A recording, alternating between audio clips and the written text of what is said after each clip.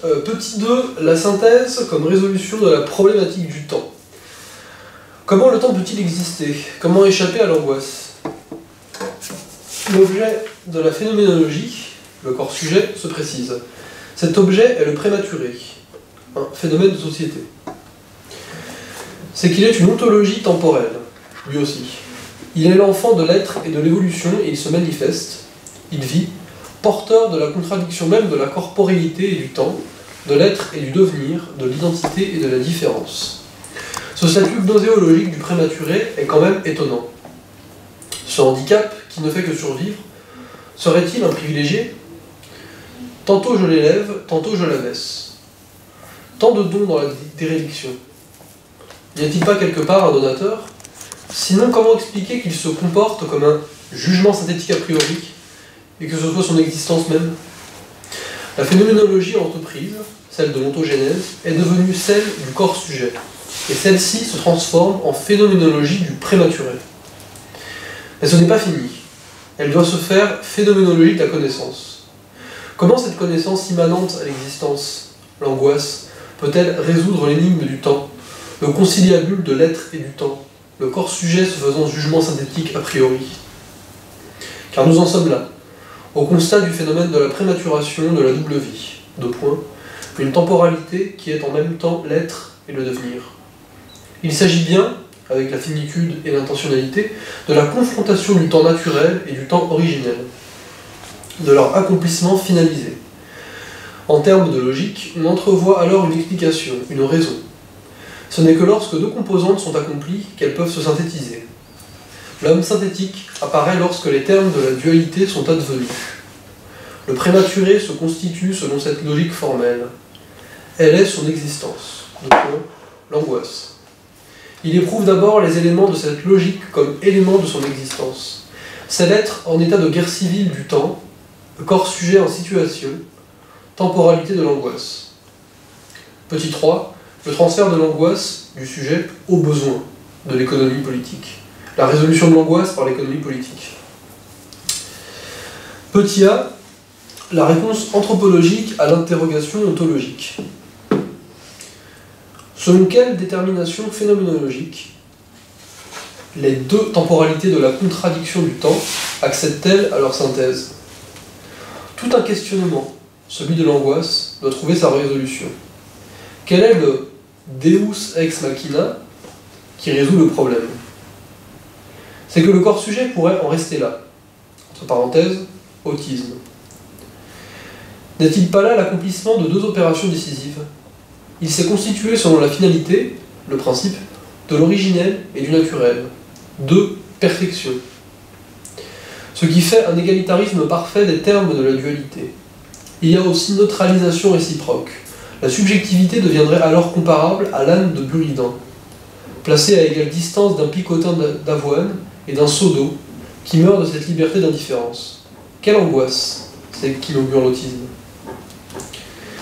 Il faut opérer toute une translation, un transfert, qui déplace la problématique. Celle-ci est posée par la métaphysique, mais la résolution est d'ordre anthropologique. Deux points, l'angoisse devient le besoin. La problématique du corps sujet apparue en termes ontologiques, ontologie temporelle en tant que relation de l'être du temps et du temps de l'être, devient l'économie politique de la survie. Le prématuré naît d'une problématique ontologique et devient selon une anthropologie. Il y a une relation d'engendrement réciproque de l'une par l'autre, alors qu'au contraire, le néo-kantisme repose sur leur irréductible différence. Ainsi, nous pouvons considérer l'anthropologie comme un accomplissement, alors que le néo-kantisme le propose comme commencement. Alors, cette construction idéologique. Deux points. Les catégories d'expression se font constitutives du corps sujet. C'est de la métaphysique au mauvais sens du terme. Ce que l'on connaît de l'être se fait nature de l'être. Le prématuré naît métaphysicien, le temps de naître à l'angoisse. Celle de la parturition, de la séparation de l'être et du genre, qui est le surgissement d'une finitude intentionnelle. Avec la psychanalyse, tout commence, de l'anthropologie, quand tout est accompli de l'être, et cela comme non su. La question ne sait quelle est une réponse. La psychanalyse fait de l'être l'inconscient, alors qu'elle prétend dire l'inconscient de l'être. Comment l'angoisse se transforme-t-elle en besoin? On ne meurt pas d'angoisse parce qu'on peut mourir de faim. Le besoin est la solution de l'angoisse, une stratégie du genre, un déplacement du jeu. Mais, alors que l'angoisse est pur constat de l'impuissance d'être, le besoin est l'accession au moyen de refaire l'être, de nier l'angoisse par sa satisfaction. L'angoisse est une question sans réponse. Le besoin est la réponse. C'est le rythme qui accomplit ce transfert. Petit b. Le corps apprend le rythme. Le rythme est la synthèse de la dualité, de la contradiction constitutive de l'angoisse. Il apporte au temps de l'angoisse ces trois bienfaits, les trois attributs du rythme que nous avons déjà reconstitués. 2 points. Le lien du désir à la jouissance, du besoin à la satisfaction, la temporalité du devenir selon la répétition et la temporalité de la répétition selon le devenir, et troisièmement, le quasi-corollaire, 2 points, la négation de la mort. Mais comment les temporalités de l'angoisse qui sont négation réciproque peuvent-elles devenir réciproque complémentarité? Car le corps sujet doit être défini en son existence originelle comme manque absolu de rythme. L'angoisse est le manque de rythme. Encore une fois, ne pas confondre la mesure, la scansion du cœur et des poumons, systole, diastase, inspiration, expiration, et le rythme, montage du temps subjectif. La subjectivité se présente alors comme angoisse parfaite, l'existence de la contradiction. Elle est une création qui est un savoir. Celui-ci est-il un vouloir? L'état d'angoisse suscite-t-il l'intentionnalité de se sortir de cet état? Question épineuse, aux lourdes conséquences. Il faudrait quitter le paradoxal état d'indifférence, d'égalité parfaite, qui fait l'état d'angoisse. Mais en fonction de quoi? En vertu de l'intentionnalité, temps déjà à double langage. Alors que la temporalité de la finitude est vouée à l'entropie de toute ontologisation de la monade, l'intentionnalité est toujours celle de l'intentionnalité. En dernière instance de l'ontologie temporelle, c'est le temporel qui l'emporte. Suprême sagesse de cette ontologie temporelle, l'être devient entropie et ne peut se défendre qu'en devenant. Le temps sauve le temps. La subjectivité, pour se sauver de sa finitude et pour durer, doit se livrer au temps impur de l'intention de l'autre. Temps mixte, de l'Oedipe de la praxis, de l'éducation, de la tripolarisation sociale du temps du rythme et du procès de production. C'est un instant troublant que l'on voit le temps relayé par sa créature, le temps venir au secours de la créature. Le temps social se fait recréateur du temps matriciel. C'est que sa répétition échappe à la réification de la finitude et à l'entropie. C'est le pouvoir magique du rythme. Passation de temps, recréation du temps par l'individu, qui crée alors le temps social. Nous sommes là au cœur de l'ontologie temporelle de la stratégie du temps pour être et de l'être pour exister. Aussi, en un premier temps, le corps de l'angoisse se laisse faire par le rythme. Celui-ci commence à se glisser en lui, en faisant du corps sujet un simple élément de l'ensemble, une courroie de transmission. Alors, il est dans le rythme.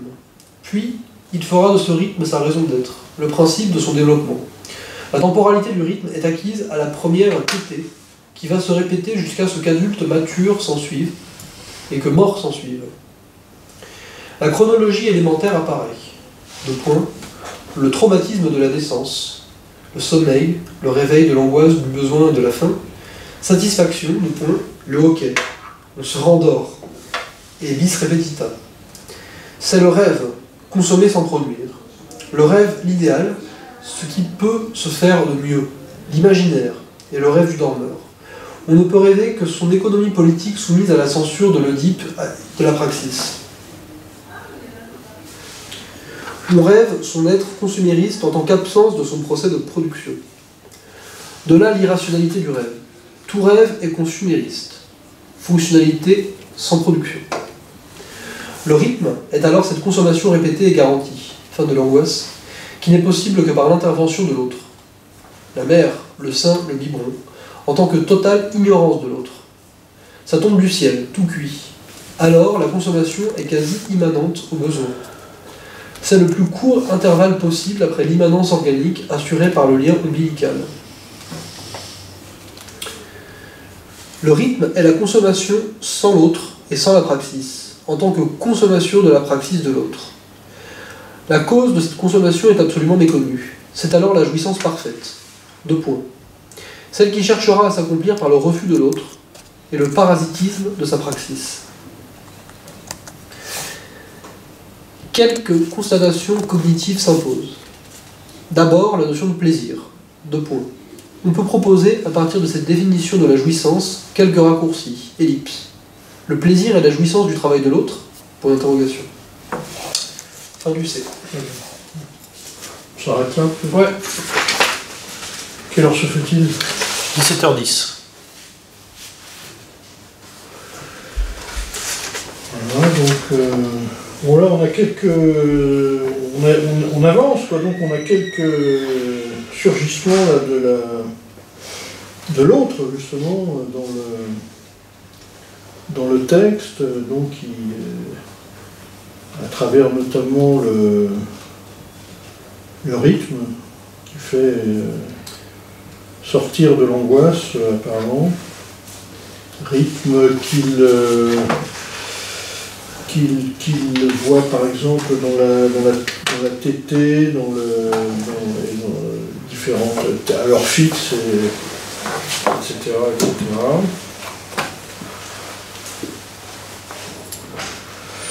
Donc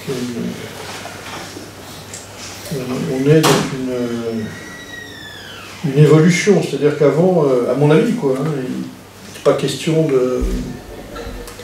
encore de la question sociale, puisqu'on était en amont, et que là, avec l'émergence du rythme comme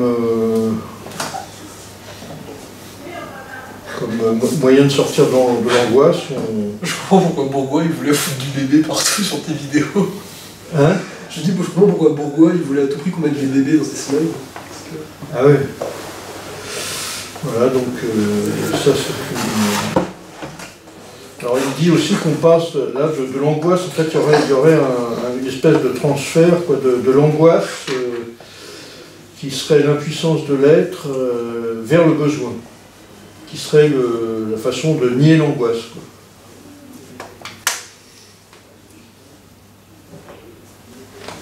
L'angoisse devient le besoin.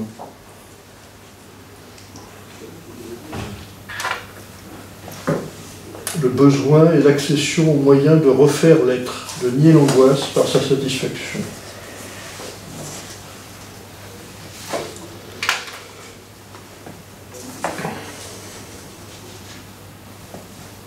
Voilà, donc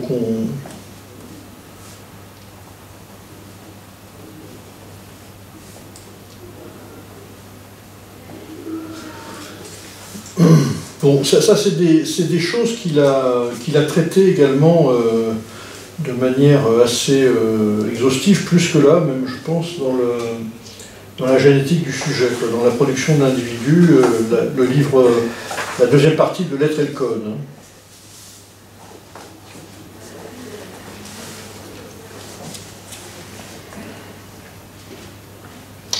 Et puis aussi, donc il y a un passage là où qui renforce un peu ce qu'on disait là, donc par rapport à sa critique des catégories d'expression que l'anthropologie classique utilise pour rendre compte du développement humain, à savoir donc page 202. Alors cette construction idéologique, 2 points, les catégories d'expression, c'est des catégories finalement exprimées donc par le besoin, par la constitution de la praxis, hein, se font constitutives du corps sujet. C'est-à-dire que des catégories d'expression qui sont finalement qui se sont constituées après, finalement, on les interprète comme étant constitutives du corps sujet qui, lui, est antérieur. c'est de la métaphysique au mauvais sens du terme, ce que l'on connaît de l'être, c'est-à-dire la connaissance issue des catégories constituées de la praxis, se fait nature de l'être. C'est-à-dire qu'on impute à l'être, rétrospectivement, une façon d'en rendre compte qui utilise des catégories qui ont manifestement été produites après coup. C'est comme ça que je le vois. Et page 203, il identifie également, encore une fois, à la fin de la page 203, là, la subjectivité se présente alors comme angoisse parfaite, l'existence de la contradiction. C'est-à-dire qu'il fait de la subjectivité finalement le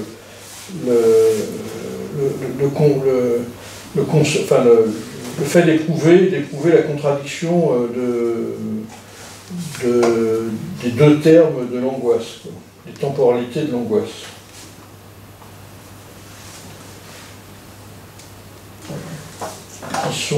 Comment les temporalités de l'angoisse, qui sont négations réciproques, peuvent-elles devenir réciproques complémentarités? On peut penser que cette contradiction se résout en quelque sorte par le rythme,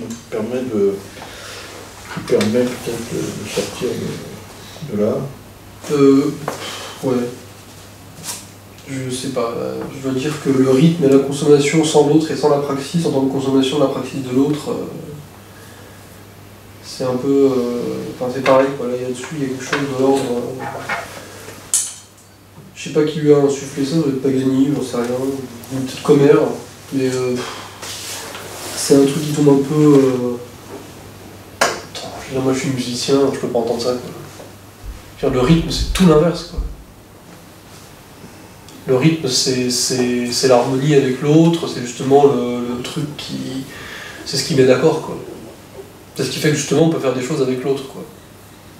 C'est la base, quoi.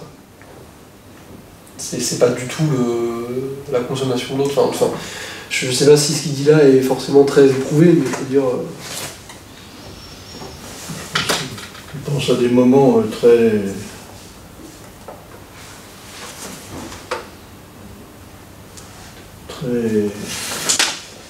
tôt, quoi, dans le développement, notamment, je pense, bon, celui qui est le plus classique étant la tétée, quoi. Bon, on sait qu'un enfant, effectivement, il est soumis à ce rythme-là et il se met à pleurer quand on dépasse l'heure du biberon. Donc ça, c'est un classique. D'un autre côté, le rythme, c'est quand même l'autre qui l'introduit. Là, pour le coup, la mère. Donc il y a une. C'est quand même, ça le fait sortir de cette angoisse, d'après ce qu'il dit, hein, et cette angoisse primordiale, mais effectivement, si on ne fait que s'en tenir au rythme, c'est-à-dire voilà, du sein, du biberon, etc., c'est pas très social tout ça, quoi. Disons que si on ne dépasse pas le rythme, et c'est ce qu'il montre dans la production de l'individu, c'est-à-dire que c'est bien, il faut y passer par le rythme, mais c'est pas suffisant, quoi. C'est pas ça qui va te faire devenir un élément de la cité, quoi. Moi je pense que si, justement. Le rythme, c'est ce qui fait pour moi le rythme. C'est-à-dire un temps organisé, quoi. C'est justement ce qui fait que tu es dans le. Enfin, c'est ce qui fait que, par exemple, quand tu es au travail, tu as des réunions régulières, que quand tu es en train d'opérer sur une table chirurgicale, et il y a une rythmicité, il faut que les mecs te passent des trucs pour que tu sois efficace et que tu fasses bien les choses. Enfin, je comprends, ou alors, peut-être qu'on ne parle pas de ça, mais je veux dire. Une partie de la socialisation de l'enfant, pour moi, enfin j'en ai pas encore, hein, ça saurait tarder, mais c'est justement le fait de. Enfin, le rythme est un des éléments de la socialité, quoi. C'est justement apprendre aux gens le rythme, justement, quoi. Le rythme d'ADT, de sevrer son gamin quand en fait t'apprends à ton gosse à s'arrêter, justement, quoi. Mais là tu casses le rythme. Justement, c'est ça le problème. C'est que Mais quand, justement, mais la quand rythmicité, tu, c'est quand aussi tu ça. arrêtes la tétée, bah, parfois ça se passe mal, quoi. Parce que bah, le gosse, il comprend plus. Et c'est ça, je pense, Ah, d'accord. au contraire, le social, c'est ça, c'est de sortir du rythme. Quand tu es sevré, quand tu es sevré, bah, soit tu acceptes cette coupure, ou soit tu ne l'acceptes pas. Et si tu ne l'acceptes pas, ça peut faire des dégâts, je pense, au niveau psychologique, quoi. Chez l'enfant, c'était ce que disait Kouskar aussi dans la production de l'individu.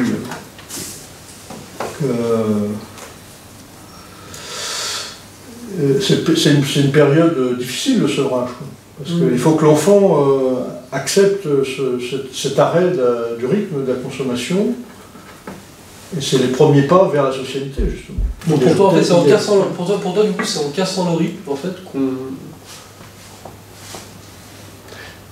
C'est ce qu'il dit. Hein, le rythme, autant il est utile, il fait partie du développement, de l'enfant, autant à un moment donné, c'est sa rupture qui est utile. Il ajoutait aussi, il faisait le différentiel entre le fils de Prolo et le fils bourgeois, pour lequel pour lui, ça se passait relativement mal, parce que les rapports avec son père, c'était des rapports qui devenaient vite violents, et il identifiait le père comme l'autorité, donc comme la figure de l'empêchement de la consommation, un peu la figure du gauchiste, quoi. Et voilà, l'autorité, c'est le père qui vient de force sevrer l'enfant, alors qu'il disait qu'il y avait une période chez le fils d'ouvrier, bon, ça se passait de manière plus avec des latences, même si c'était un traumatisme, et ce traumatisme était dépassé, quoi. Alors que dans une famille bourgeoise, le traumatisme est beaucoup plus difficile à dépasser. C'était ce qu'il disait dans la production de l'individu. Donc c'est le fait de sortir du rythme.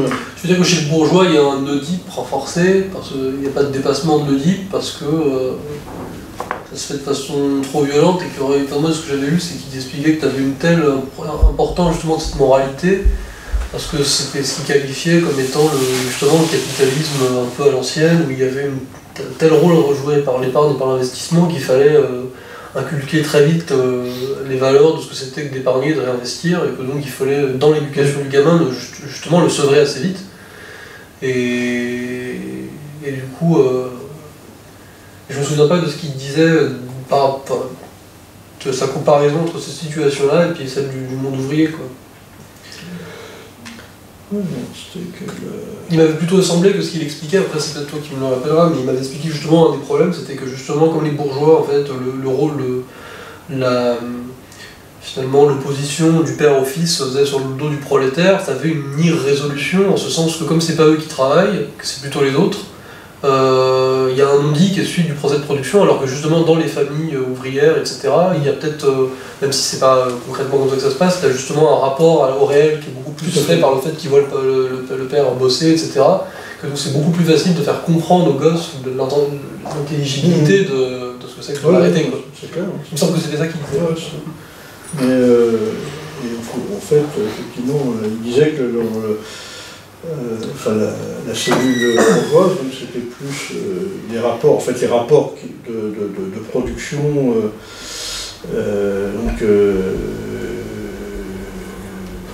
En fait, le père ne pouvait importer sa relation au travail, c'était sa relation d'exploitation finalement aux ouvriers. Donc, c'est pas un truc qui potentiellement que tu pouvais transmettre. C'est-à-dire que c'est plus facile de transmettre le fait qu'il faille produire à un moment donné et qu'il faut s'arrêter de consommer, il faut sevrer parce que... et donc ça, c'est quelque chose qui est dur, mais qui peut passer de manière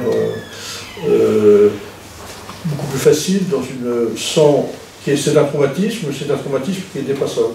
Parce que bien souvent, ce qu'il disait, c'est que dans la famille, dans la cellule bourgeoise, c'était un traumatisme en fait qui n'était jamais dépassé. C'est-à-dire que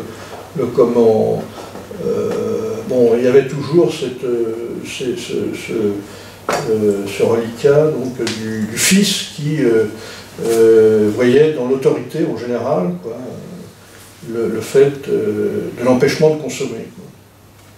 Foucault, Deleuze, etc. C'était un peu le...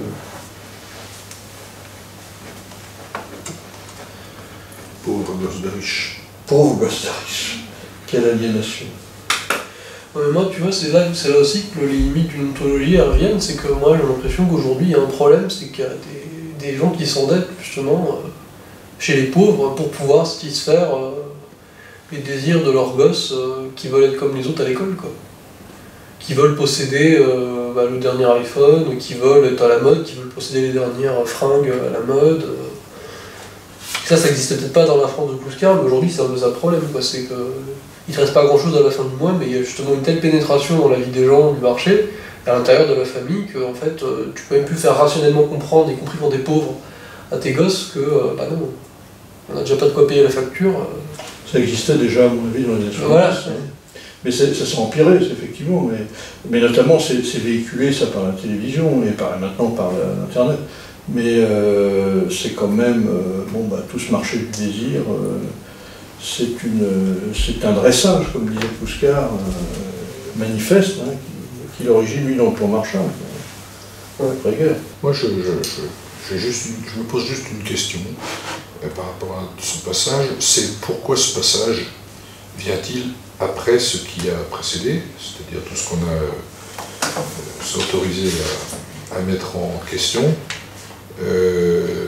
et en quoi, par exemple, n'est-ce pas, je dirais pas le rythme, mais l'apprentissage de la cyclicité de l'existence qui est générateur de l'angoisse, comme du plaisir. Pourquoi faut-il une angoisse primaire, en quelque sorte, dont on a du mal à comprendre la formation, je ne la comprends pas bien. Je la comprends très bien au plan logique, mais pas du tout au plan réel. Je pense que c'est dans le rapport à l'autre que l'angoisse, comme la satisfaction, naît. L'enfant très tôt, on lui apprend à manger à des rythmes précis, donc il y a à la fois l'angoisse l'angoisse. La peur de ne pas avoir à manger, puis le plaisir d'avoir mangé.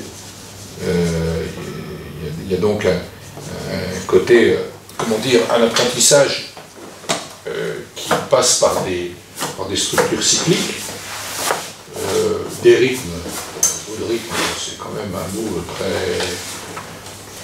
ça dépend de quel sens on lui donne. C'est polysémique, quoi. Comment ? Je dis c'est polysémique, le rythme, ça peut vouloir tout dire. Oui, ça peut vouloir... Oui, puis je trouve ça un peu littéraire, quoi. Ouais. Le rythme, pratiquement, c'est de la musique. Non, c'est pas le rythme, c'est le cycle. C'est le cycle de la nutrition.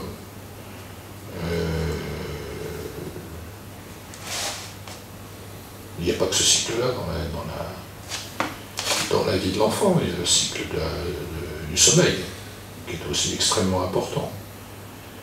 Il y a le cycle du bain, il y a la toilette. Enfin, il y a et tous ces moments-là, tous ces cycles sont autant de rapports sociaux. Ce sont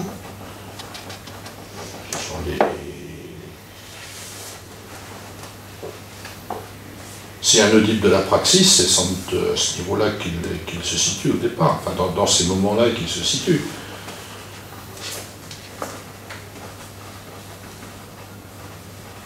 Là, sinon après, bon,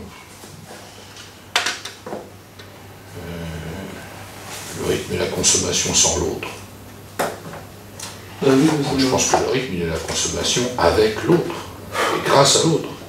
Grâce à l'autre, oui. Oui, et que, Mais grâce à l'autre, ça veut dire sans l'autre. Ça peut vouloir dire sans l'autre. C'est-à-dire grâce à maman, je vais m'inquiéter, mais ça veut dire que... oui, il veut dire sans l'autre au sens où... Sans la reconnaissance. Après, sans la reconnaissance de l'autre. Bah oui. Moi je dirais plutôt ça comme ça. Il a dû être nourri au biberon, Kouchka. Ah, je sais pas. Parce que s'il avait été nourri au sein longtemps, il aurait fini par reconnaître l'autre quand même. Ah, ouais. Je sais pas, sa mère était une institutrice.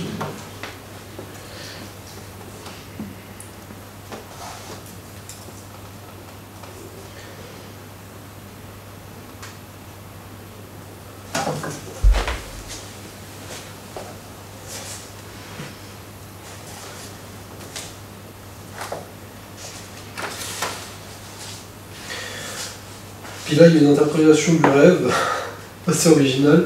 On ne peut rêver que son économie politique soumise à la censure de l'Oedipe et de la Praxis. Mais ça, je comprends pas. Parce que ça veut dire que si on était dans la société communiste, on rêverait plus.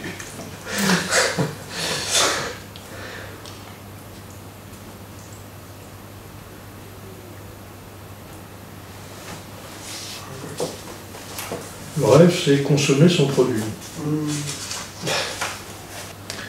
Et il y a aussi le fait que, peut-être, il le dit d'autres fois, là, que en fait, l'angoisse, le rythme, etc., c'est des choses qui s'éprouvent, qui sont éprouvées par l'enfant. Une phrase comme celle-ci, la subjectivité, pour se sauver de sa finitude et pour durer, doit se livrer au temps impur de l'intention de l'autre, temps mixte dans l'Oedipe de la praxis, de l'éducation, de la tripolarisation sociale du temps du rythme et du procès de production. Moi, c'est une phrase qui me laisse perplexe. Voilà, pour moi, cette phrase, elle est typiquement... Vas-y, pardon. Parce que ça sous-entend que la subjectivité est préalable à tout ça, alors que je pense que c'est dans la confrontation et dans l'immersion dans tout ça qu'elle va naître. Bah, là, typiquement, c'est exactement ce que tu disais tout à l'heure. J'ai l'impression que là, c'est une espèce de ratification de la dialectique du maître et de l'esclave et de la reconnaissance à travers une phénoménologie servienne. C'est vrai que... Il est là-dedans, quoi. C'est un peu ça. C'est-à-dire qu'en fait, là, c'est la subjectivité qui va révéler ça, quoi.